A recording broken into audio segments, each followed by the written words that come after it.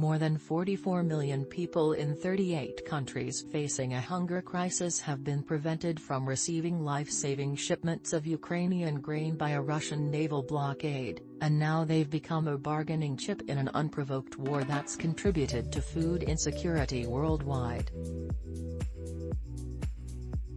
Russia is now pushing for the lifting of some international sanctions in return for the creation of a safe shipping corridor that would help get grain and other food like cooking oils to where they're needed most. 10 countries, mostly in the Middle East and Northern Africa, that are facing the risk of. Ukraine provides food for 400 million people globally. Timing is critical. In East Africa, one person is likely dying from acute hunger every 48 seconds, according to a report released this month by Oxfam. Starting in July, funding will decrease for the United Nations World Food Programme in civil-war-ravaged Yemen, for example, where more than 20 million people receive WFP help and worsening famine-like conditions for millions are spreading. Compounding the impact, food prices have risen about 30%. "We are out of resources, really," said Richard Ragan, the WFP's country director for Yemen, which in 2020 imported 710,000 tons of wheat from Ukraine and 800,000 tons from Russia. "There's a lot more problems to address and less resources to do it with." Some of the countries most affected: Afghanistan, Democratic Republic of the Congo, Ethiopia, Haiti, Nigeria, Pakistan, South Sudan, Syria and Yemen, are already experiencing widespread food insecurity.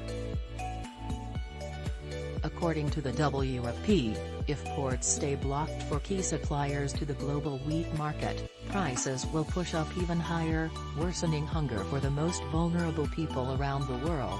Russia wants the U.S. and its allies to ease economic sanctions in return for opening ports in Ukraine, including.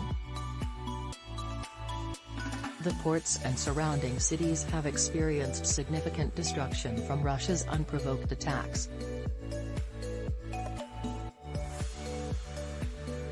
The Black Sea blockade and the subsequent shelling has rendered ports near Odesa, owned by Cargill and other big grain traders and shippers, inoperable since late February.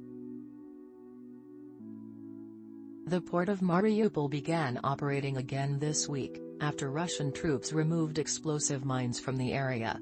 According to reports, Russia and Ukraine both accuse the other of unleashing underwater mines in the Black Sea.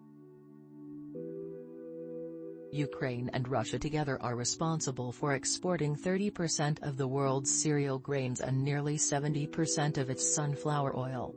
The region's imports make up more than 50% of the grain of 36 countries. The spring season in western Ukraine got underway, while fighting in the eastern part of the country meant that little farming got done. The upcoming wheat harvest in July will be a big test. The harvest from Russia and Ukraine was expected to contribute 57.5 million metric tons of wheat to the global wheat trade, according to the WFP.